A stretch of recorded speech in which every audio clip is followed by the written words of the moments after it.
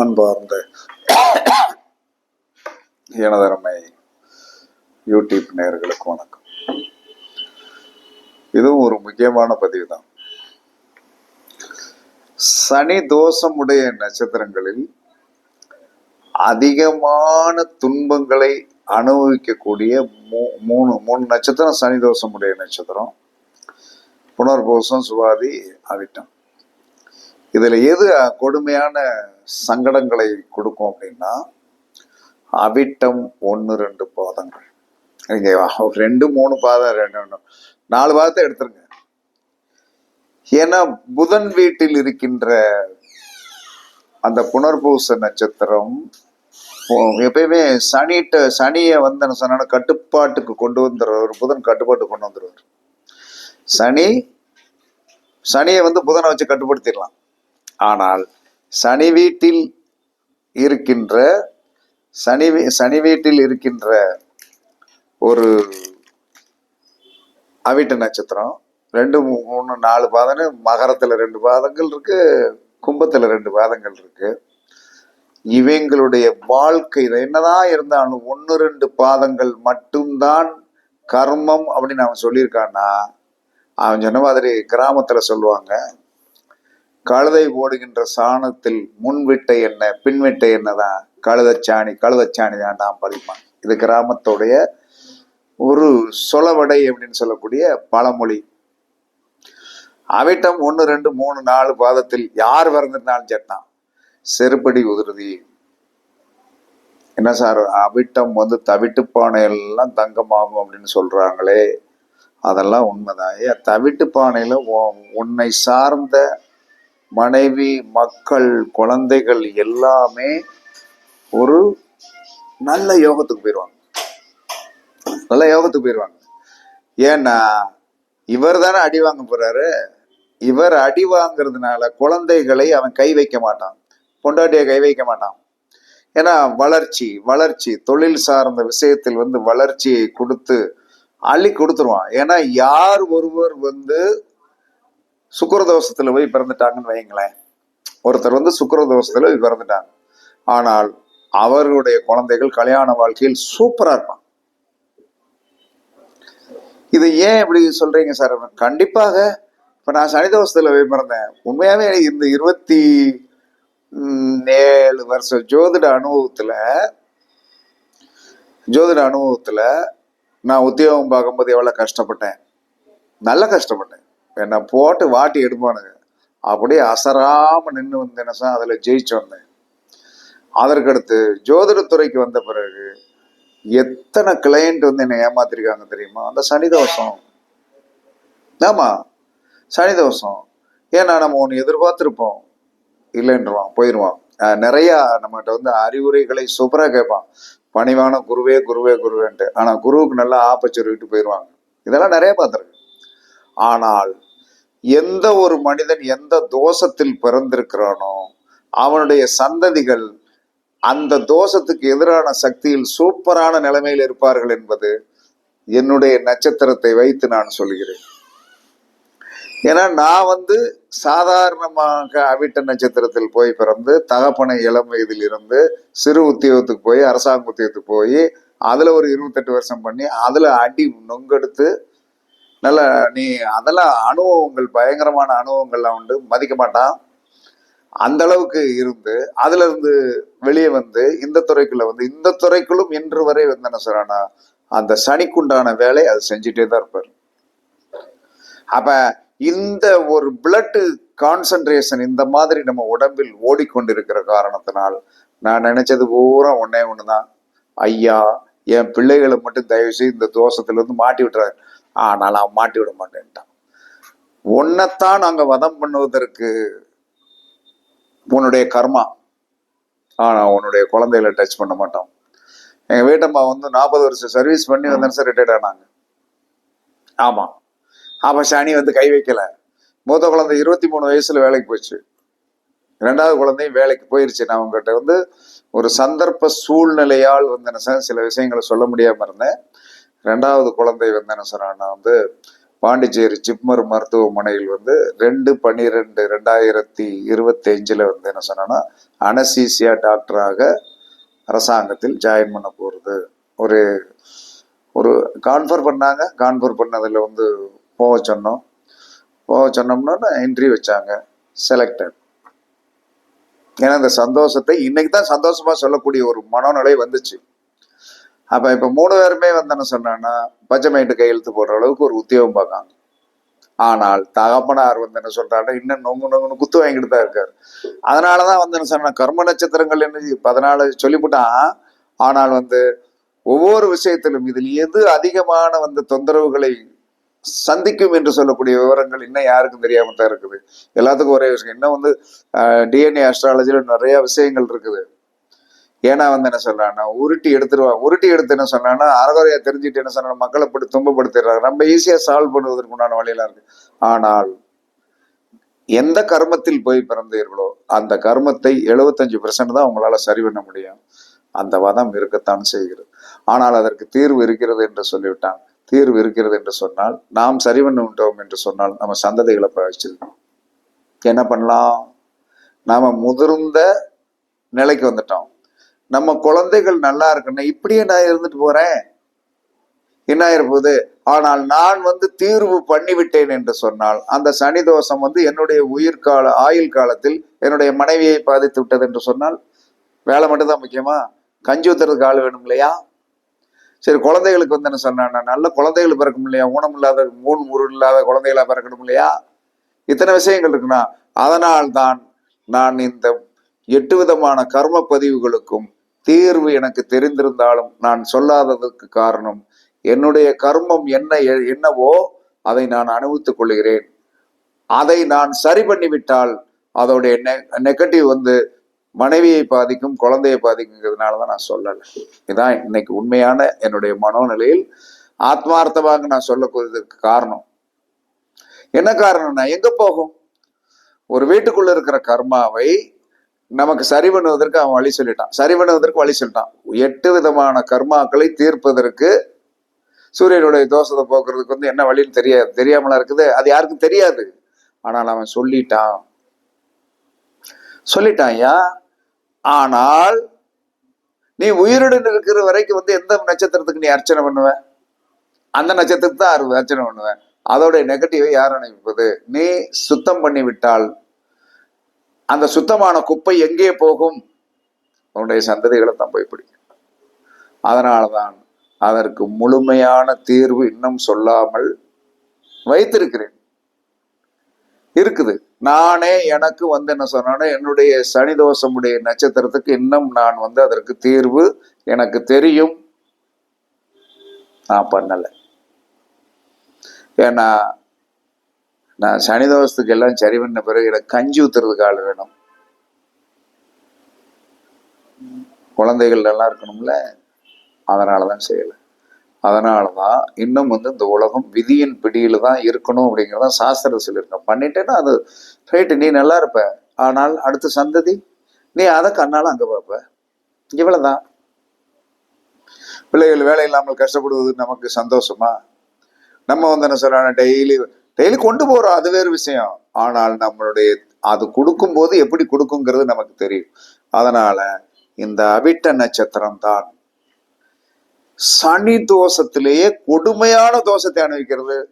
மகர ராசியும் கும்பராசி தான். ஏன் எவனாச்சும் என்ன சொல்றான்னா சனி தோஷமுடைய நட்சத்திரமாகிய அவிட்டம் 1, 2, 3, 4 பாதங்கள் சனி வீட்டிலே உட்கார்ந்தா எப்படியா இருக்கும்? ஒளிய தெரியாதவன் தலையாரி வீட்டுல போய் நுழைஞ்ச மாதிரி வந்துரும் இல்லையா? ஒளிய தெரியாதவன் தலையாரி வீட்டுல நுழைஞ்ச மாதிரி நல்லா மாட்டிட்டு முழிச்சுட்டே இருக்கும். ஒன்னும் பண்ண முடியாது. ஆனால் என்ன செய்யலாம் அப்படின்னா செய்ய விடாது.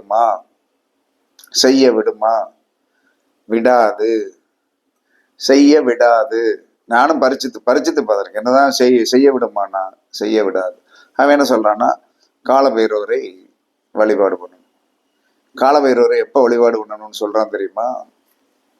காலபைரவரை வழிபாடு பண்ணுவதற்கு அந்த அனுசம் அதாவது பூசம், அனுசம், உத்தரட்டாதி இந்த நட்சத்திரங்கள் வருகின்ற காலத்தில் என்ன சொல்றான், காலையில உபவாசம் தான் அன்னைக்கு. அந்த 30 நாளில் வருகின்ற இந்த 3 நட்சத்திரத்தில் நீங்கள் காலையில குளிச்சு முடிச்சுட்டு டீ சாப்பிட்டுக்கலாம், பச்சை தண்ணி குடிச்சுக்கலாம். அது காலையில ஒரு டீ தான் குடிக்கணும். மத்தியானம் வேணா ஒரு லிக்யூடு 100 மில்லி 150 மில்லி குடிச்சுக்கலாம். சாயந்தரம் 6 மணிக்கு மேல அதாவது சனியோடைய காலம் இரவு தான். அந்த இரவு காலத்துல தான் விரதத்தை விடணும். வேணா முடிஞ்சா பண்ணி பாருங்க. அவிட்ட நட்சத்திரத்துல போய் பிறந்தவங்க பூசம் அனுசம் உத்திரட்டாதி நட்சத்திரம் வருகின்ற இந்த 3 நாட்களில் உபவாசம் இருப்பதற்கு நீங்கள் ரெடியா இருந்து பாருங்க, தீரும். ஆனால் 99% என்ன சந்ததிகளை பாதிக்காது. பயமுறுத்துறேன்னு பாதிக்காது. இருந்தாலும் ஏன் பழப்பறிச்ச போய் பழப்பறிச்ச எதுக்கு நம்ம பண்ணணும்? நம்ம என்ன சொல்லலாம்னா, சந்ததிகள் நல்லா இருப்பதற்கு மட்டும்தான் நமக்கு நல்லா இருக்கும். நம்மளுடைய சனிதோஷம் நம்மளுடைய குழந்தைகளுக்கு வேலை கிடைக்காம திண்டாடிக்கிட்டு தெருவில் உட்கார்ந்துக்கிட்டு ஐயோ என்னப்பா இப்படி கிடைக்கலன்னு சொல்லுவதை விட நம்ம இருக்கிற வரைக்கும் அந்த கஷ்டத்தை அனுபவிச்சிருவோம். பிள்ளைகள் நல்லா இருக்கும் இல்லையா? அதனாலதான் நான் எதுக்கு இது பெருமைக்காக சொல்லல, 3 குழந்தைகளுக்கு இளமையில வேலை கிடைச்சிச்சு. நான் இன்னைக்கு வரைக்கும் இந்த பூசம் அனுசம் உத்திரட்டாதி நட்சத்திரங்கள் விரதம் இருக்கிறதே கிடையாது. நினைச்சா இருந்துடலாம். அது எதுக்கு இருந்து என்ன பண்ண போறான்? இது நமக்கு பழகி போச்சு. பிறந்த காலத்தில் இருந்து இறப்பை சந்தித்து தொழிலில் பிரச்சனைகளை சந்திச்சு நம்ம எவ்வளவுதான் ஒரு ஹானரபிள் நல்ல சொன்ன ஒர்க்கராக இருந்தாலும், இந்த சர்வீஸ் பண்ணாலும் இந்த மனிதர்கள் மதிக்க மாட்டார்கள். நல்லாவே தெரியும். அப்ப இதெல்லாம் ஏத்துக்கிடக்கூடிய பக்குவம் இந்த வயசுல வந்துருச்சு. ஆனால் குழந்தைகளுக்கு அது வருமா? நம்மள மாதிரி நம்ம குழந்தைகள் இருக்குமான்னா கண்டிப்பா இருக்காது. அப்ப இந்த கர்மாவை நாம் சுமந்து கொள்வோம். நாம் பூமியில் பிறந்ததிலிருந்து நம்மளுடைய மூச்சு என்னைக்கு நிற்கிறதோ அது வரைக்கும் சனிகரமா வேலை செய்யத்தான். ஏன்னா நான் இதை உண்மையாகவே இப்ப என்ன செய்வேன் தெரியுமா? மனப்பூர்வமா அனுப்பேன். மனப்பூர்வமாக நீங்கள் கொடுங்கள், நான் பெற்றுக்கொள்கிறேன். எனக்கு வேற வழியெல்லாம் தெரியாது. வழி தெரிஞ்சாலும் நான் இதை செய்ய மாட்டேன். சனீஸ்வரனுக்கு அதான் பிடிக்கும். ஒன்ன சரி பண்றதுக்கு எனக்கு வழி தெரியும்டா, ஆனா நான் செய்ய மாட்டேன்டா. அப்படி என்னடா உனக்கு செஞ்சு வந்தேன் அந்த பெரிய பொக்கிஷத்தை வாங்குறது? ஒண்ணு வேண்டாம். அப்படிங்கும் போதுதான் சனீஸ்வரன் கொஞ்ச நேரம் என்ன செய்வார் தெரியுமா? 2 நாளைக்கு தொழில் இல்லாம ஆக்குவார். அது நல்லாவே எனக்கு தெரியும். 4 நாளைக்கு சேர்த்து கொடுப்பார். அப்பயே தெரியும் 4 நாளைக்கு இவன் கொடுத்துட்டான். நம்ம என்ன செய்யணும்னா கொஞ்சம் சேமிப்பை ஓரத்துல வச்சுக்கிடணும். ஏன்னா 4 நாளைக்கு கொடுத்தவன் என்ன செய்வான் தெரியுமா? 5ஆம் நாள்ல இருந்து ஒரு 2 நாளைக்கு ஆப்படிச்ச மாதிரி போட்டுருவான். இது நான் இன்றும் அனுபவித்துக் கொண்டிருக்கிற ரகசியம்.